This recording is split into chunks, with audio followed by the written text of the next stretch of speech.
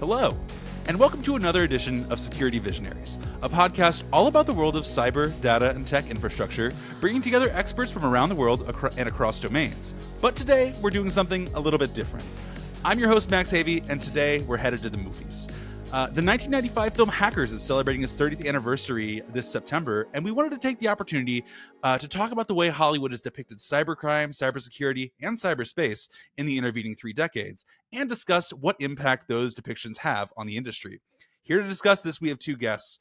First up, we have Neil Thacker, Global Privacy and Data Protection Officer here at Netskope, who cites hackers as a formative influence on his career choices. Welcome back to the podcast, Neil.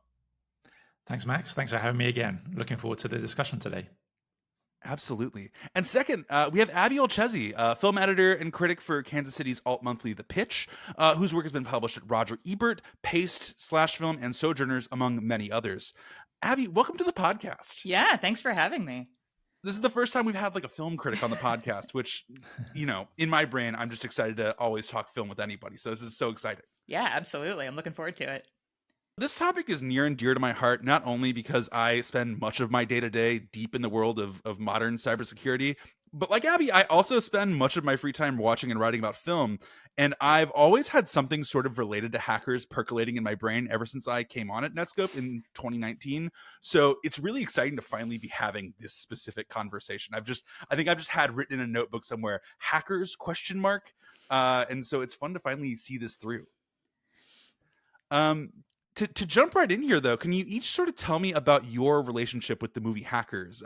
Since I already kind of hinted at it here first, Neil, can you go first? Yeah, sure. So I first watched the movie. I think it was 96. I don't think we got it in the UK straight away. I think there was some debate around it being depicting cybercrime and things, and they'd 5 years before they just published the Computer Misuse Act, so there was a delay. So I think it was around 96. So we had to wait a year or so until we got it. But it was the perfect time. It was the perfect time. I was just about to select my college course.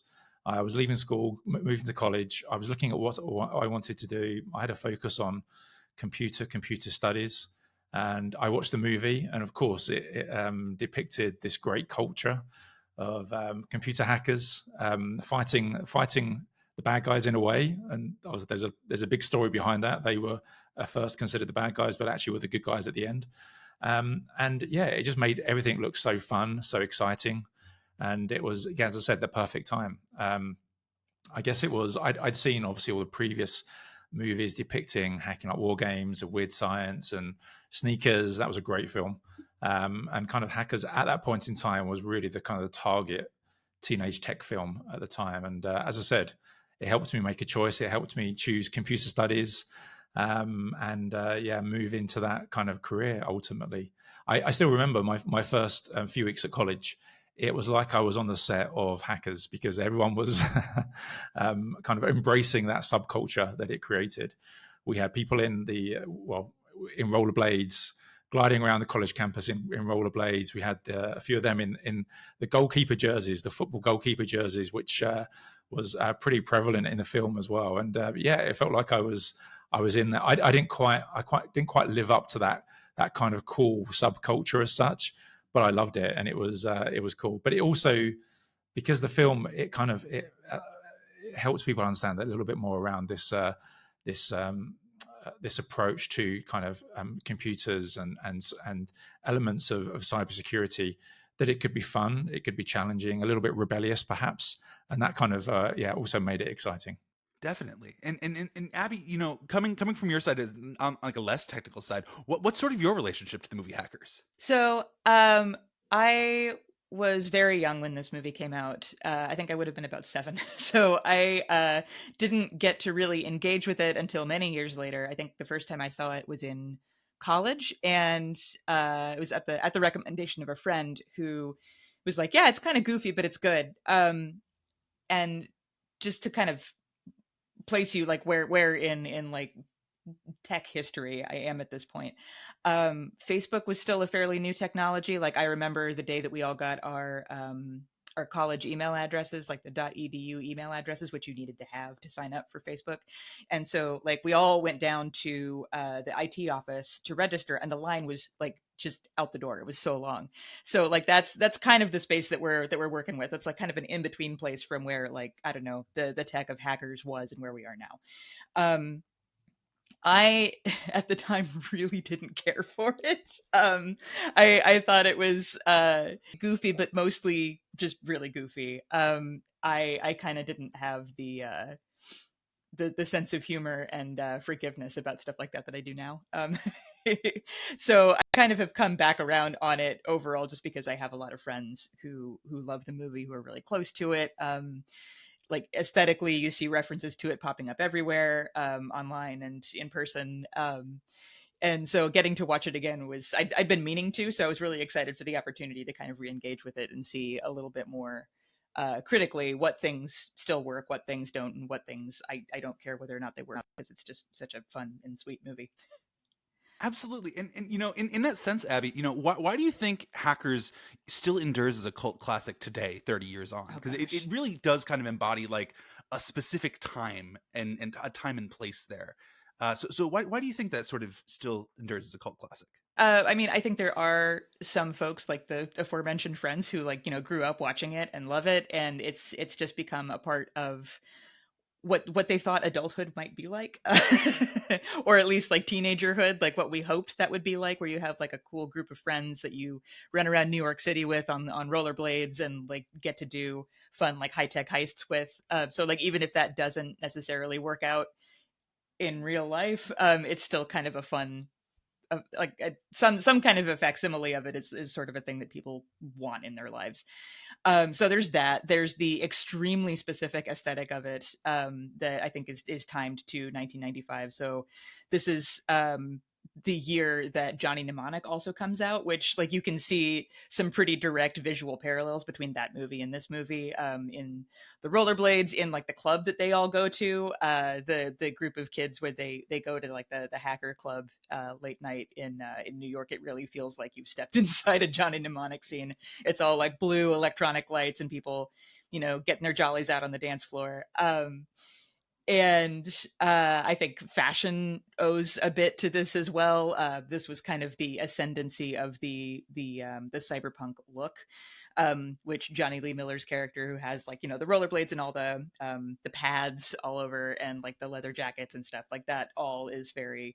And I think Neil kind of alluded to this as well. Like there were people who dressed like that at the time and continued wanting to, because it was such a specific and cool look.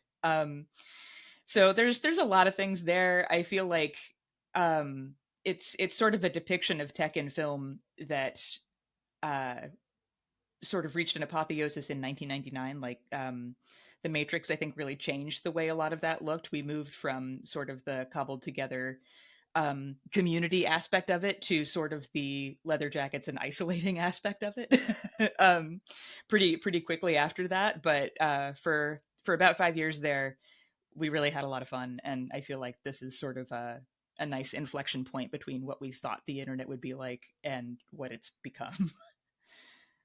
Certainly. And Neil, from your perspective, as someone who's, you know, been living with this film for the better part of 30 years, what sort of sticks out to you in sort of revisiting it for this conversation? Yeah, it was. I mean, it was a period of time. It was at that time technology was still new. Like the internet, most people in 95, 96 didn't have access to the internet, right? So it was new. It was watching. I mean, we had this in previous films where people would do like war dialing and they would use their dial-up modem or their phone to connect. But this kind of felt like it was something that we were on the verge of moving into. So it was a great time. So yeah, it felt new, a little bit dangerous. Possibilities were there. And yeah, a lot of people at that time were experimenting with the internet. I know, again, going to college, it was a case of the internet was a privilege. You had to ask and get access to the internet. That was how it was in those days. And I'm now showing my age, but that's kind of how it was. But of course, the first thing people did was like, okay, well, how do I get more access? How do I ensure that I don't have limits in terms of my access? So bizarrely, that's kind of what we did, right? We were a group of computer science students, and we worked out how we would get more time on the internet by cracking passwords and getting access to these kind of things. So we leveraged that kind of dangerous, that possibilities aspect of this, and we took this into our day to days really. So that's kind of how it was. We all threw away our black and blue discs. our 3.5-inch floppy disks, and we all got multicolored disks. Everyone's favorite was the yellow disk, again from hackers. So and we again, that was the first time I also saw people with like Apple Macs and not Macs at the time, but again Apple laptops, and working through on these devices and basically writing scripts, code, and although it wasn't completely connected to the movie because that was all CGI, it was good to kind of see. And I remember somebody coming in and they'd sprayed their keyboard, and so that they basically set up again this laptop like from the film. So it kind of had this energy, this timeless energy. It was able to also again kind of transverse certain generations as well, because even we had lecturers in the that were quoting quotes of the film and talking about the film as well. So it was great that we had this kind of common theme. And I guess it's also left one of the aspects. It's left a lasting legacy, because you'll still see famous quotes from the movies at most of the cons today, right? You'll see like "We are samurai" on people's laptops, devices. "My crime is my curiosity." And probably the most famous one, "Hack the Planet." Right? If you go to DEF CON, you'll see "Hack the Planet" stickers everywhere. So it's kind of stayed, and I think that's why, as I said, it's a timeless film. Yes, it is. It's not the greatest film in terms of production and acting and all these kind of things, but it's just a fun movie. To steal something that I heard someone say on Twitter years ago, but it's a 5-star, 3-star movie. It's a great 3-star movie, and truly, like, that's what still makes me want to go back and watch it. Like, because I came to it later than you all did, because I came to it, I think, when I was in college. So I'm a little bit younger than Abby, and it's so exciting in that way, because it does feel like this fantasy version of technology. But something that really excited me was the fact that they're like pulling from a lot of like sort of like hacker manifestos. Like Lloyd Blankenship's Hacker Manifesto is like credited in the credits. Like I wound up looking that up after the fact. I caught that at like the end of the credits. And then the hacker TV show they watch that feels like something out of like an anime almost. It feels like Cowboy Bebop. But they say like hacking is more than a crime; it's a survival trait, and that's an interesting perspective there. Because what really stuck out to me on this watch was the notion that like portraying hackers as this kind of like counterculture group. And like, Neil, as someone who's like working in cybersecurity, like how much of that is still sort of the case? Like, are hackers still seen as kind of a counterculture group, or their own their own sort of like subculture now?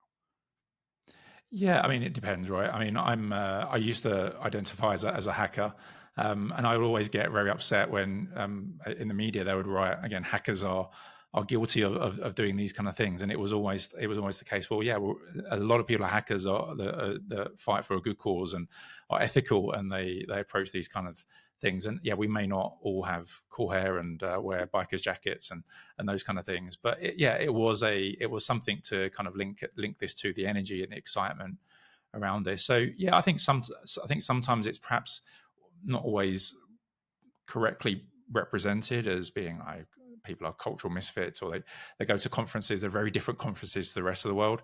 I think there's a good balance. There are some people also like to play and dress up as in that kind of that cultural misfit role, and it's it's fun and it's exciting, right? So I think that's where the kind of balance really sits. But I think it's interesting that one thing I always talk about again in this film, and I watched it again at the weekend with my two sons, who also said the same thing. Not a great film, but it was interesting. Again, it was highlighting the fact is that the way that it twists again. Were these guys the villains? Actually, no. In the end, they kind of saved the day, and that's something that I think we often miss in terms of cybersecurity. Sometimes there's a lot of play on okay, well, these organizations have had a breach and they didn't have great cybersecurity, or they didn't have these kind of things. Actually, when you look at this, these organizations are fighting cybercrime every day. They're fighting attacks every day. You don't always talk about the positive side of those kind of things, and I think that's really, really important. This movie highlighted that ultimately, again, people in this role in cybersecurity are also, again, heroes every day.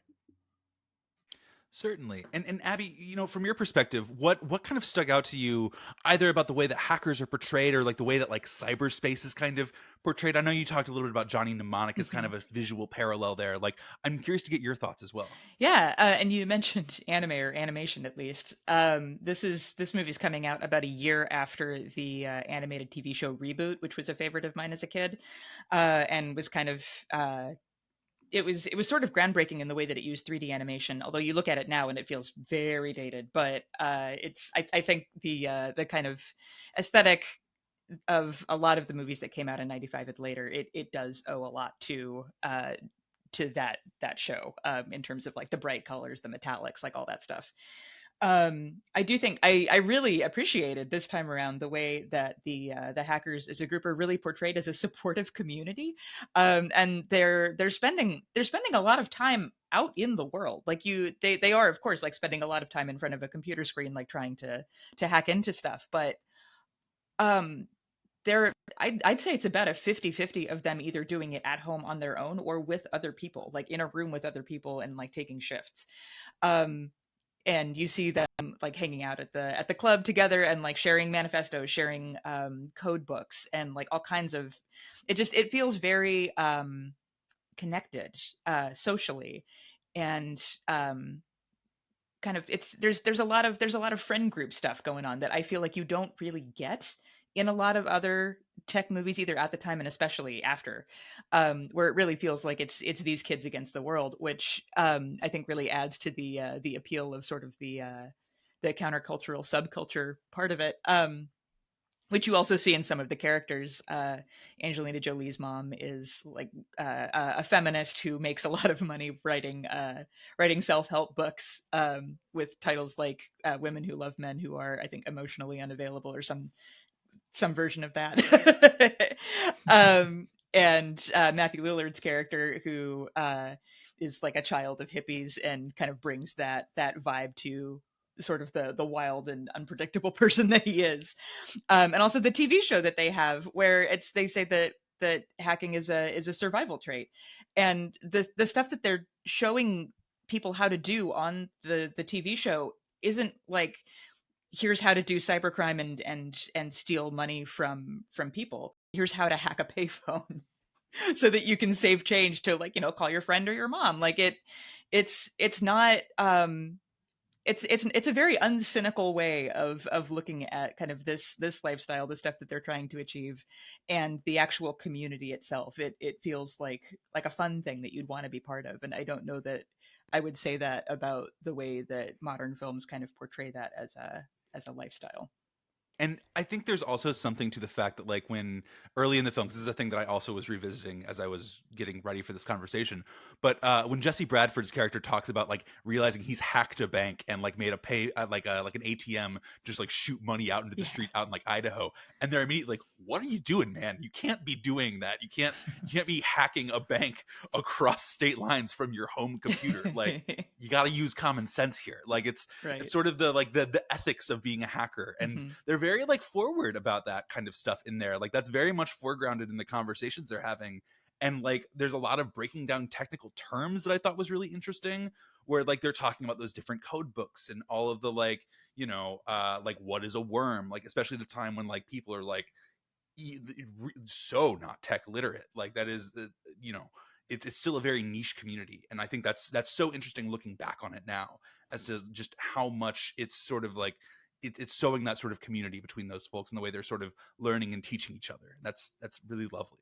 Yeah, and I wanted to just add to that, so when when Jesse Bradford hacks a bank in Idaho, again, he's spitting the money out into the street for other people. He is not gaining personally from this, apart from the fact that he has like a notch in his belt, which I think is really interesting. It's the more I became aware of cybercrime as a thing, it was very much like people scamming other people, people stealing money for themselves, bots that messed with your ability to access your own files so that it could use them against you. And this is very much the opposite of that. And the one guy who is doing it is somebody who's employed by a company as a cybersecurity guy, which is a little ironic, but I think it does kind of speak to the fact that it really felt like magical language at the time. Like he's able to go by Mr. the Plague in the office because he has this strange mystical knowledge about how technology works that nobody else has, which I think is really funny.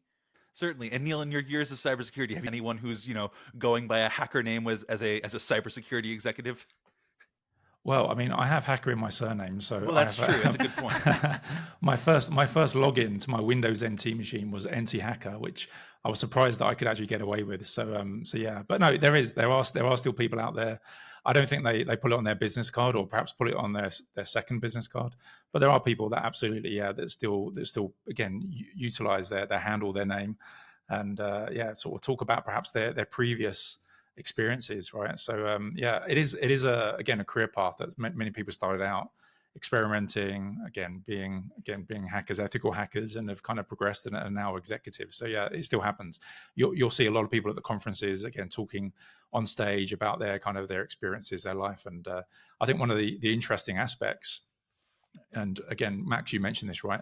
We still refer to some of the the original books that were published, like the DoD Rainbow series. I remember my first time I saw the Red Book, and I was like, okay, cool, that's from the movie. But it's important to understand. Again, I love the fact is they captured this in the movie because hackers need to understand defenses, and these books were designed, again, built by the DoD to explain how to secure systems. So again, it was accurate as that to overcome defenses, you need to understand the defenses in the first place and work out their gaps, their vulnerabilities, and kind of expose those. I think the only thing that really disappoints me in the movie is when I think it was they played a prank on Dade. His first day at the school, they sent him upstairs to the roof. There was an Olympic-sized pool on the roof, and he got out there and he was locked out. A real hacker would have turned around, opened his bag, got out his lock-picking gear, and got back in without any further delay. So they kind of missed that opportunity because again, lock-picking is obviously infamous in terms of the hacking world. So yeah, that was the only thing I think they kind of missed. But yeah, I love the reference to the DoD Rainbow series and people having to understand and learn these books, understand these books, the defenses, and how to overcome them. Certainly, it's a real sense of verisimilitude to like the community and the world that it's building. Even for a film that I think we can all kind of agree feels kind of goofy and feels very very of its time. It still feels it feels real in a way, and that's kind of lovely that it's kept that feeling over the past 30 years. And sort of with that analog stuff in mind here, why does 1995 seem like an inflection point in the way that we sort of see and understand technology on screen? Because I know Abby's brought up Johnny Mnemonic, which also released that year. Sandra Bullock's The Net also released that year. And as I learned just days before us recording this episode, Windows 95 released like 3 weeks before this movie premiered. Wow. So there's a lot of stuff around like the way people understand technology all kind of happening at once here. So I'm kind of curious to get your guys's, broad thoughts on why 1995 feels like an inflection point before things sort of changed, at that like Matrix inflection point a few years later. For me, at least, this was maybe my dawning of the understanding of what the internet was. I feel like I have like a thing lodged in my brain somewhere of waking up and hearing an NPR story that's like everybody can have the internet now, and or something to that effect. And little 7 or 8 year old me was just like, what, really? What is this? What can I do with it? So I think there was sort of a burgeoning optimism of what was possible at this time. I do think it's kind of funny and a little shocking that it switched so fast. But I think as soon as we had the internet, basically it was kind of like the Greek myth of fire, right? Like you have it and all of a sudden everything just starts advancing at such a fast pace.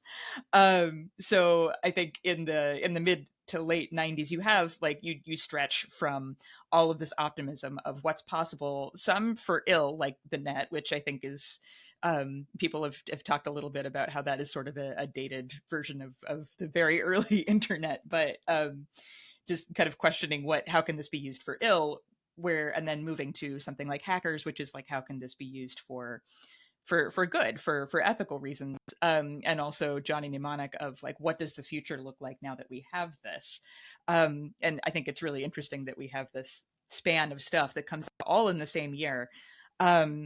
I wouldn't say that all of it has aged great. I think of the three, Johnny Mnemonic is probably the one that gets the jokes the most. But that's what happens when you have a guy named J-Bone, played by Ice-T, who runs Heaven, and a tank with a dolphin in it, who is he has like what, ESP, I think. Anyway, Yeah. that one goes pretty far afield, but the others I think are pretty indicative of how we were feeling at the time. And then you jump not even that far ahead, and we realize what we've done with it so far, and maybe not all of it is good.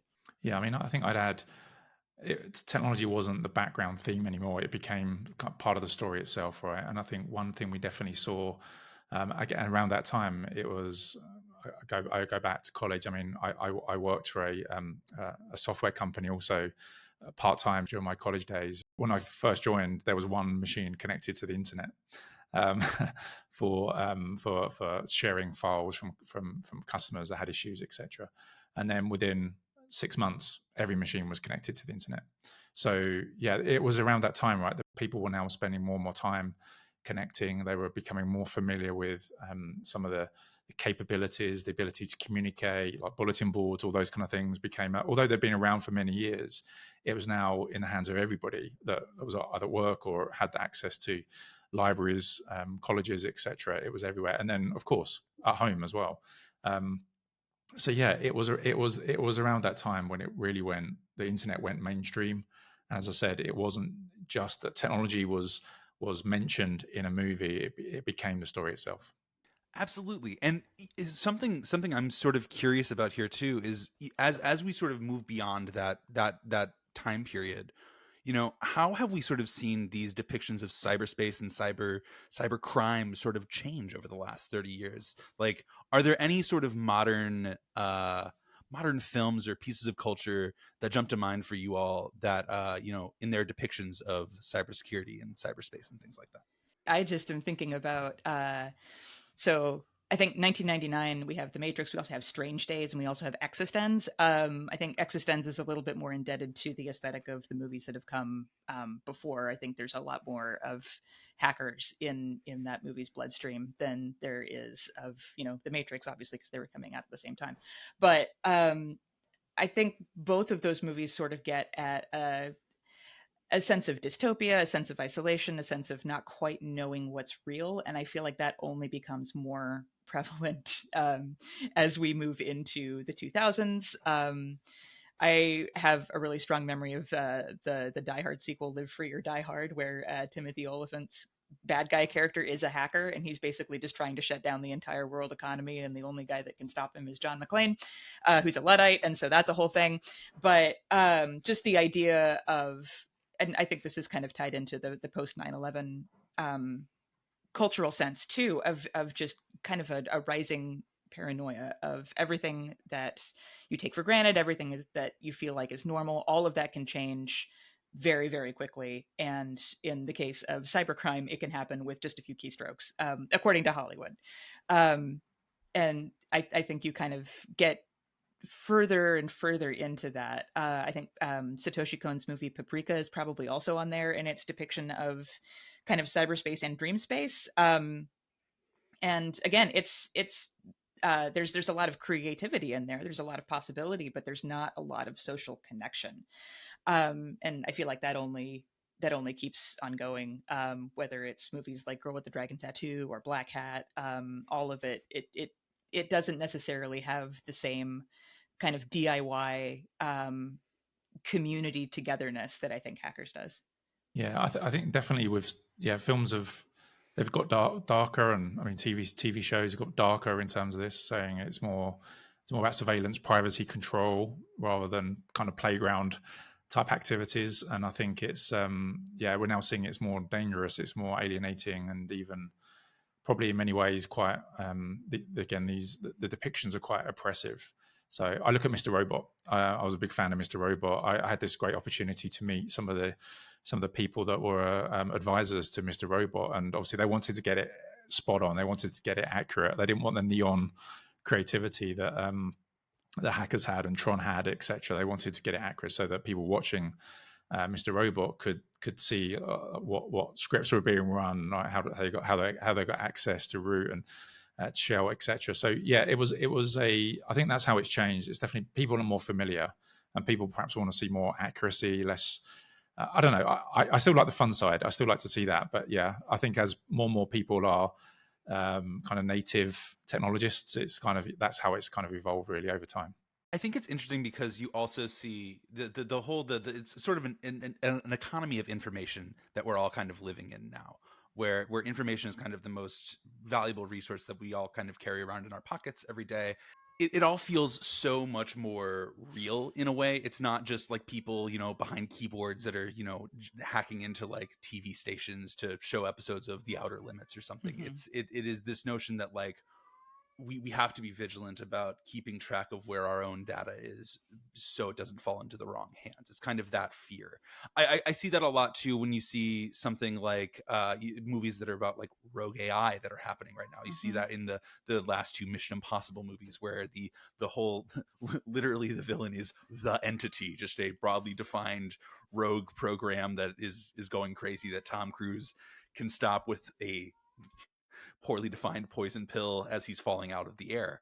Um, but it's interesting because it's sort of, I think it speaks to what our fears are with technology in a way, where like in like 1995, that's the lead up to Y2K. It's probably like I'm trying to remember specifically because there was a really good documentary a few years ago called Time Bomb Y2K, which sort of tracked that whole like when the conversation on that started up to like the New Year's like New Year's 2000, and you sort of see where some of those seeds are planted, and then the seeds for like what comes next, like what are the things in technology that people are going to have on their minds in the years that would follow that.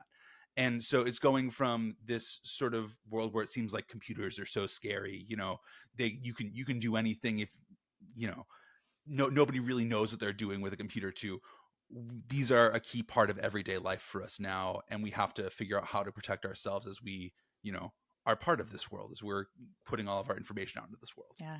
I think if there's a positive side of it, it's sort of in a meta sense a little bit, like thinking about like screen life movies, particularly as sort of a subset of found footage. Like I think when the movie Host came out during the pandemic, it was successful for a variety of reasons. One of them was just the innovation of what you can use that kind of zoom screen for, and like how you can get the most out of like all of those little pictures displayed in a gallery, right? And the other side of that, I think, was that it was really reflective of what people were using tech and what people were using the internet for at that time. It was really reflective of what our daily realities looked like, and it was for a brief moment kind of communal in the sense that we recognized what that looked like, how that felt. There have been stuff that's come after that film that I think also used that pretty successfully. Deadstream is another one that I can think of that uses that format really well. But I think in general, those movies aren't necessarily using tech as a story element so much as they're using it as the framework for the story itself, like to Neil's point earlier. And also just as kind of a democratizing force of filmmaking, which I think is really interesting. So I think that does still kind of exist. It just is a matter of source and the way that it's being used. I think it's changed a little bit. What do these changing visions of cyberspace and cybersecurity tell us about the world that we're living in now, which has changed significantly in the last 30 years? But is there anything that specifically springs to mind for you all, especially, with how our relationship with technology has changed? Yeah, I think you summed it up earlier, Max, talking about Y2K. So during my college course, we moved from studying Pascal to COBOL, because COBOL was the programming language that many of these systems were built on, and we were going to be the new kind of force to go and resolve Y2K issues. It never quite transpired that way. Nobody was hiring 18-year-old programmers to go and save the world. But it was almost like, okay, well, we see that as being an opportunity. We see that as being something that you can do. Now, again, today, we're in a world where if you lost access to the internet, we've had this over, we've had organizations that have lost access to the internet, and the impact of that organization is significant. we know organizations get hit by malware, ransomware every day, and the impact to them is significant. Back in the 90s, it was mainly about what we used to say, the lols. It was about causing an issue, but actually no damage, no impact was really felt by that organization. So I guess the kind of this changing force, it's obviously there's more anxiety now around, like, what if we lost access to the internet? What happens if we couldn't access our bank accounts? And what happens if we, in some cases, we were being told to do things through misinformation, or we felt like we were being there was surveillance, and again, cybercrime is occurring. Like there's a greater level of impact in terms of this, and I think that's where we're seeing this change. It was in the 90s. It was okay. This is cool technology. There's some wonder to this. To now, we're almost like on the verge of, or we're quite wary of losing access to this technology, access to our services, access to things we rely on every single day. If we didn't have them, it would have this direct impact. So I think that's how it's changed our visions of what at that time we called cyberspace, and why cybersecurity is so critical today. Yeah, I think I would agree. I feel like we've sort of been talking around this for a bit, that I think our relationship with technology, again, as Neil mentioned, as more people become native users, and more people are spending time online, and also with the rise of AI tools, there's an increasing conversation around both our dependence on technology, and particularly where AI is concerned, as it sort of moves into spaces that were previously being dominated by human people, and how manipulatable that data and that information can be. What is the nature of truth? What is the nature of what we're actually seeing and experiencing? Max, you mentioned the last couple of Mission Impossible movies, which I think really get at that question, at least in a dramatically satisfying way, if not necessarily like an accurate way. I have my questions, but parts of those movies really work well for me. And I think in Tom Cruise's case, where like almost everything he does now is sort of like talking about the power of film, right? I think there's a deeper question to be asked in those movies about what technology is doing to the way that we create art. But I think in general, there's a lot of questioning and cynicism, I think, of this thing that we had that seemed sort of endlessly creative, to what has this done to our systems that we had previously, to our communities, to the way that we interact with businesses, the way that we interact with our own assets, and the way that we kind of understand what's going on in the world, and how easily those things that we consider to be true can be challenged, or outright taken apart pretty effectively. Looking at AI, again, AI is again, of course, a hot topic for every organization right now, I think, and every individual. How we're using AI is a bit like, it's going back to 1905, where we just had the internet. Like, how do you use it? How's the best way to do it? How do we control it? How do we ensure that it benefits us? And I think the one thing, if you're familiar with the movie Ex Machina, mm-hmm. I love that movie. Yeah. And there's a great line in there where they talk about, well, how did you build your AI? And the CEO of the company Blue Book, obviously no relation at all to other social media companies, but the CEO of the company Blue Book says, well, we just enabled the microphone and the camera on all cell phones across the world, and we just collected the data. And it was like, okay, well, you were allowed to do that? And the response was, yeah, all the operators are doing it already. So who are they to kind of criticize and call us out?